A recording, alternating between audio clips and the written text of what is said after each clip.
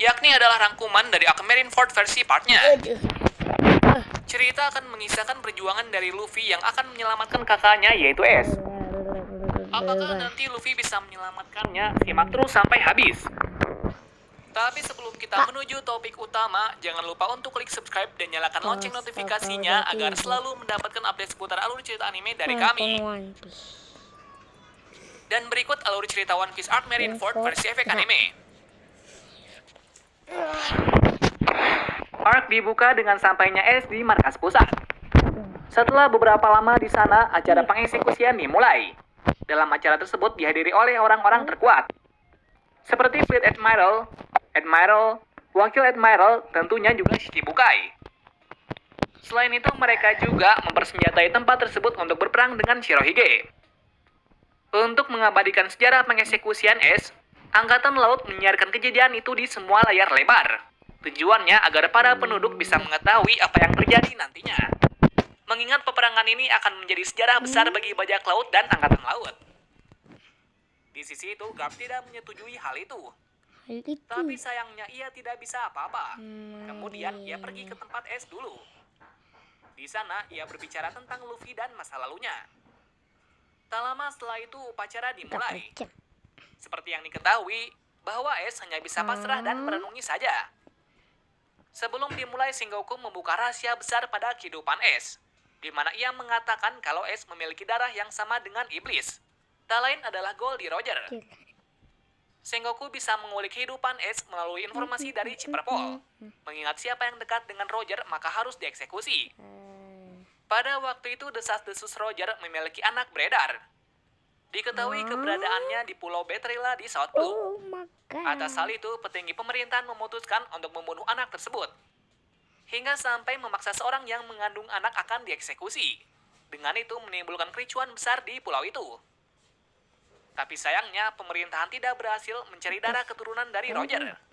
Jadi pemerintahan menduga kalau Roger tidak mempunyai anak. Tapi ternyata ada seorang wanita berambut pirang yang sedikit mencurigakan. Ia bernama Pergas Derush. Yang ternyata ia juga mengandung anak. Tak lain mengandung anak dari Roger. Namun karena pemerintah mengincarnya, maka ia berkorban untuk menunda kelahiran anaknya. Tujuannya ke sini yaitu untuk menepati janjinya Garp. Dannya dengan nama Goldie Ace dirawat oleh Garp. Jadi terungkap kalau Ace adalah anak dari Roger dan Rush. Setelah beberapa tahun, tapi tampaknya gerbang itu tertutup. Beruntungnya gerbang itu terbuka sendiri, entah siapa yang membukanya. Dikarenakan kontrolnya yang berada di Marineford. Tapi berkat terbukanya gerbang itu, mereka bisa setidaknya sampai sebelum pengeksekusian. Beralih lagi ke markas besar, yang mana akhirnya bajak laut Shirohige mulai bergerak. Itu dimulai dari sekumpulan bajak laut yang sampai ke Marineford. Ternyata mereka adalah aliansi Shirohige dari dunia baru. Jadi terlihat kalau Shirohige benar-benar mengerahkan semua kekuatannya. Anehnya kapal Moby Dick tak kunjung kelihatan. Tapi secara mengejutkan muncul sesuatu di tengah teluk. Ternyata itu adalah kapal Moby Dick beserta bajak laut Shirohige. Tak hanya satu, melainkan 3 kapal sekaligus. Mereka bisa muncul di tempat itu lantaran mereka menggunakan pelindung kapal untuk bisa melewati bawah laut.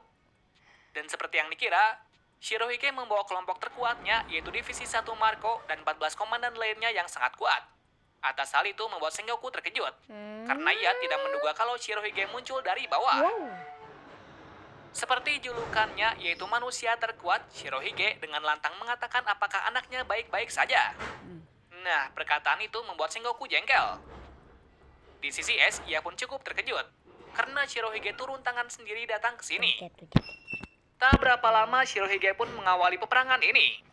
Dengan cara menggunakan kemampuan buah iblis, yaitu Gura-Gura no Mi. Buah iblis tipe paramesia yang memungkinkannya untuk membuat gempa. Dengan kekuatan tersebut membuat air menjadi surut. Melihat keadaan itu semuanya terkejut. Bahwa julukan manusia terkuat tidak main-main. Padahal saat ini Shirohige sudah terlalu tua.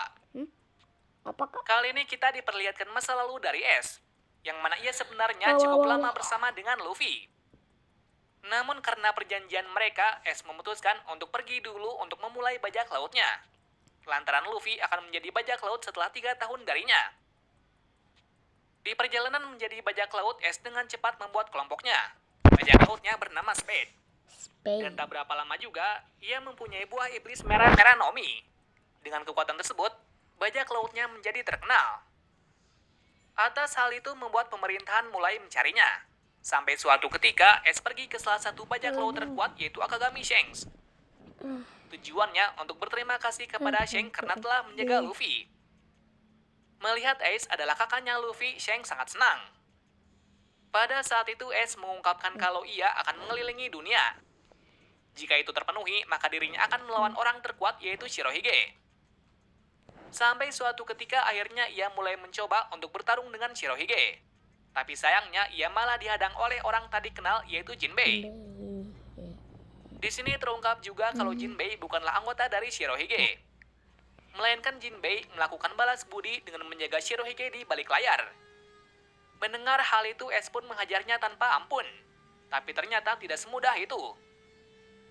Sampai akhirnya pertarungan terjadi 7 malam tanpa berhenti. Pada akhirnya pertarungan berakhir imbang. Di situasi yang tidak tepat barulah datang orang yang ia cari yaitu Shirohige. Melihat itu, Ace dengan amarah dan nekatnya menyerangnya. Tapi sayangnya ia malah dibuat babak belur. Menariknya lagi, Shirohige bukan membunuhnya, melainkan memintanya untuk menjadi anaknya. Maksudnya adalah menjadi anggotanya. Dengan alasan bahwa Ace adalah orang yang kuat. Tapi karena lelah, Ace pun pingsan. Setelah tersadar, Ace sangat terkejut karena ia berada dalam kapal musuhnya. Seperti yang dikira, Ace pun mencoba untuk membunuhnya. Tapi sayangnya ia gagal terus-menerus. Atas usahanya itu hanya membuahkan hasil sia-sia. Lalu salah satu komandan menegurnya. Kalau ia tak akan berhasil mengalahkannya. Orang itu adalah Marco. Marco mengungkapkan kalau Oyaji adalah orang yang baik. Dikarenakan sejak dari dulu, Oyaji selalu mengumpulkan semua orang buangan menjadi anaknya.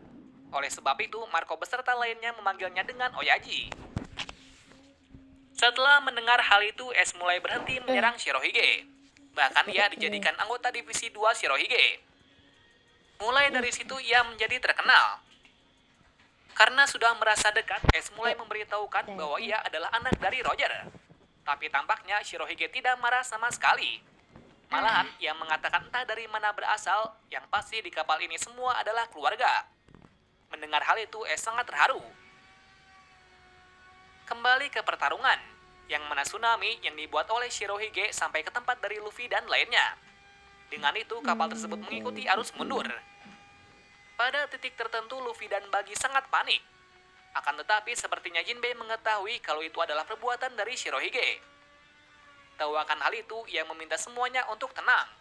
Dikarenakan dengan ombak kencang ini akan mempercepat menuju ke Marineford. Berikutnya, ombak yang dibuat oleh Shirohige akhirnya mau menggulung Marineford. Tapi tadi sangkanya, Aokiji berhasil menghentikannya dengan kekuatan esnya. Alhasil semua perairan membeku, dan mengakibatkan kapal aliansi tersangkut. Meski begitu, malah hal itu menguntungkan aliansi Shirohige, karena sekarang ada pijakan untuk bertempur. Lalu akhirnya saling bunuh pun tak terelakkan. Di sisi itu sepertinya salah satu Shichibukai mulai bergerak. Nah, orang itu adalah Mihawk, yang mana ia ingin memastikan jarak antara angkatan laut dengan Shirohige. Seperti yang diketahui, dengan memakai pedang hitamnya, ia menebaskan serangannya ke arah Shirohige. Tapi tampaknya serangan itu berhasil dilemparkan oleh komandan divisi 3 yaitu Diamond Jozu. Jadi seperti yang terlihat kalau komandan divisi juga setara dengan Shichibukai. Atas hal itu pertumpahan darah pun menjadi lebih sengit. Lagi-lagi ditunjukkan kekuatan dari divisi 1 yaitu Marco. Diketahui Marco adalah pemakan buah iblis tipe Zoan, tepatnya hewan langka, di mana Marco bisa berubah menjadi burung phoenix. Biasanya Marco dikenal dengan Marco si Phoenix. Dengan kekuatan itu, Marco bisa menghindari dengan mudah sekaligus menangkis serangan dari Kizaru. Melihat kekuatan itu, Kizaru pun tak tinggal diam. Lalu ia meminta prajurit raksasa untuk menyerang. Tapi raksasa tersebut berhasil dihentikan oleh Diamond